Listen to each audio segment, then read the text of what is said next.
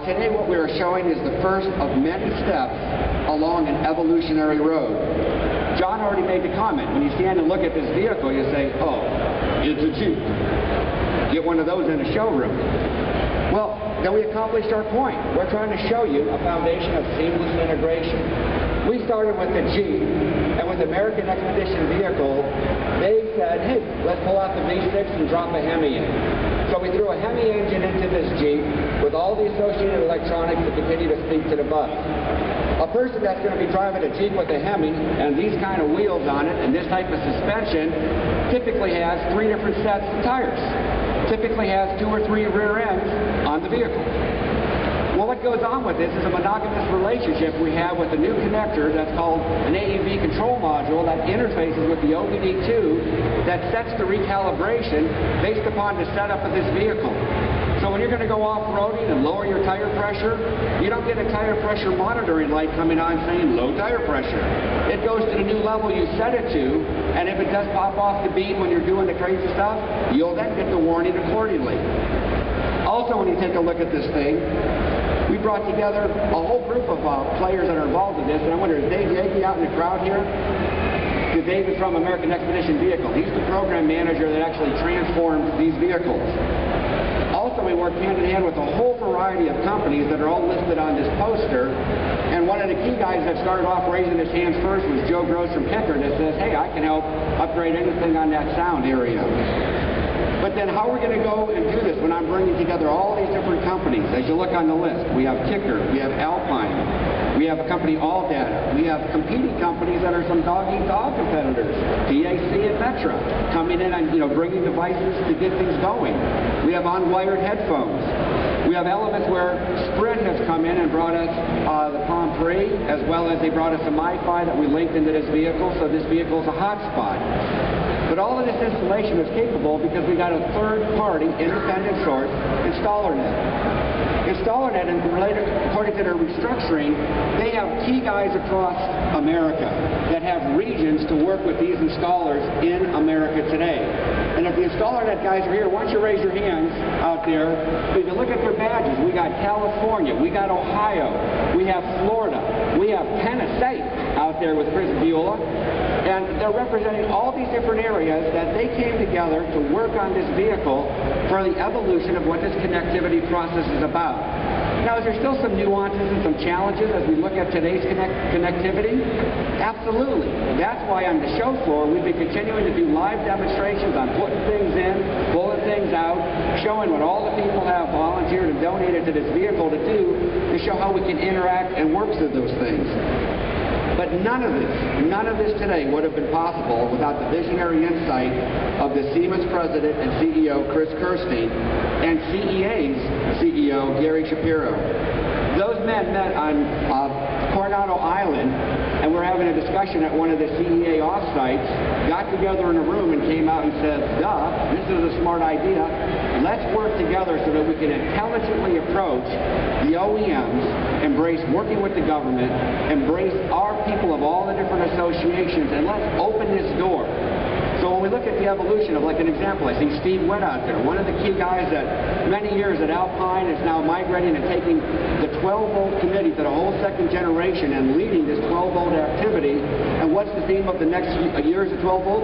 Connectivity. Where's it all going? How's it all coming together?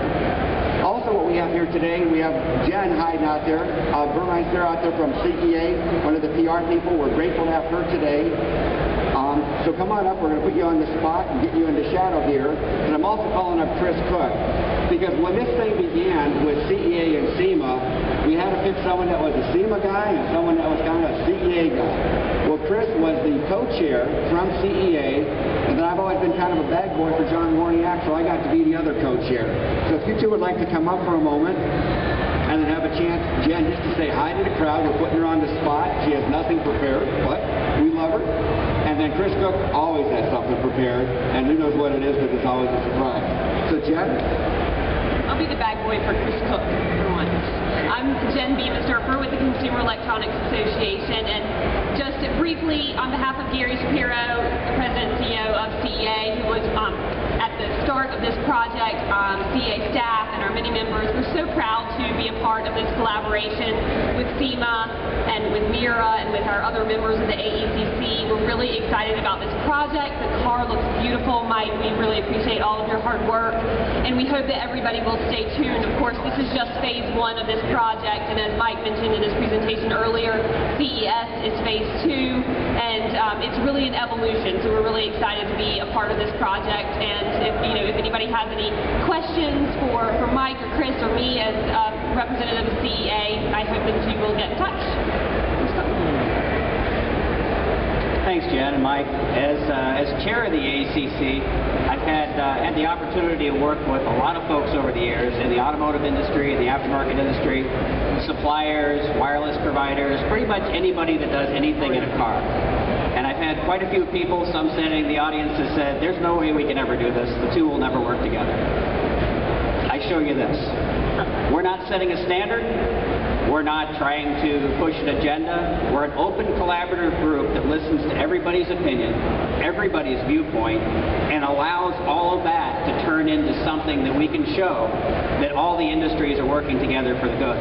And for the good of the customer. All of us are customers. All of us have these devices. All of us want to be able to use them in the vehicle safely. We want to connect to the vehicle smart. And connectivity has been a buzzword in a lot of industries, but I think we owned it first because we needed to connect things to the car. So I thank all of you for coming out. Mike has some closing comments, and I appreciate all of you that have been involved in this project and those of you that still need to get involved. Thank you. So we take a look again at what's happening with this vehicle. We're starting with the very, very baby steps of showing how to hook up to a vehicle and hook up to it in the proper way. We're showing how we're bringing teams together, because really the future is about an app. We don't even know what the title is going to be. The future is going to be a firmware download that we're not even sure what it's going to be driving. The future is going to be saving 44,000 lives with cars that don't crash. The future is going to be not sitting at red lights and dropping charcoal briquettes. The future is going to be having effective, efficient vehicles that meet the consumer's demand. And as we continue to work together, yes, there's going to be obstacles. Yes, there's going to be challenges, but the vision is bigger than all of that. So we broadcast out to you today, the associations are associating, and we're not going to stop until we have every customer happy in this country that wants a product from one of the association members. And thank you so much for all the participating members. Thank you so much for John Warniak for, once again, being a pioneer in that activity. So, Chris? Questions? Any questions? We can open up for questions. Any comments, thoughts, or questions? Anybody wondering how we did this? Hey, look. How did you do it, Chris? Well, how do we do it? Mike and I talked late at night. Him in Detroit. I stayed at home with my wife.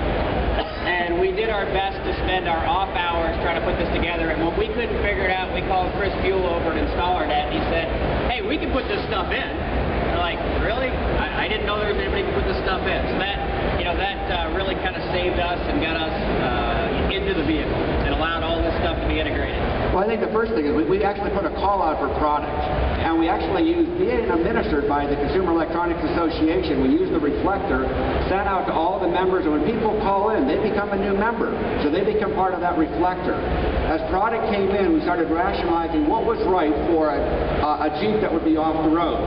So we have a whole variety of different products.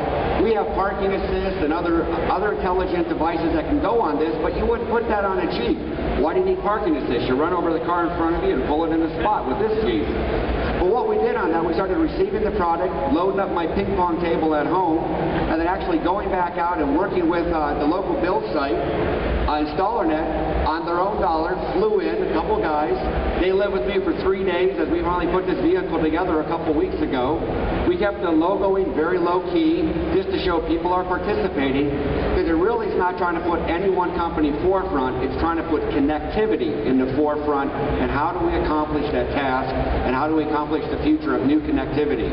Out in the crowd, I also got to recognize AAT. We had some areas we wanted to talk to the cloud, to talk to the Apex Hall, to talk to Scott Luckett's Automotive Aftermarket Industry Association on the Shop of the Tomorrow. So we're sniffing on the OBD2 and broadcasting codes over to the other hall that this vehicle could be a vehicle on the road, that a repair site could see a code, text the person on an issue that's going on through the AAT technology. This is also a technology they're actually using one in Ontario where they did a partnership with Bosch and Rexroth on the salt.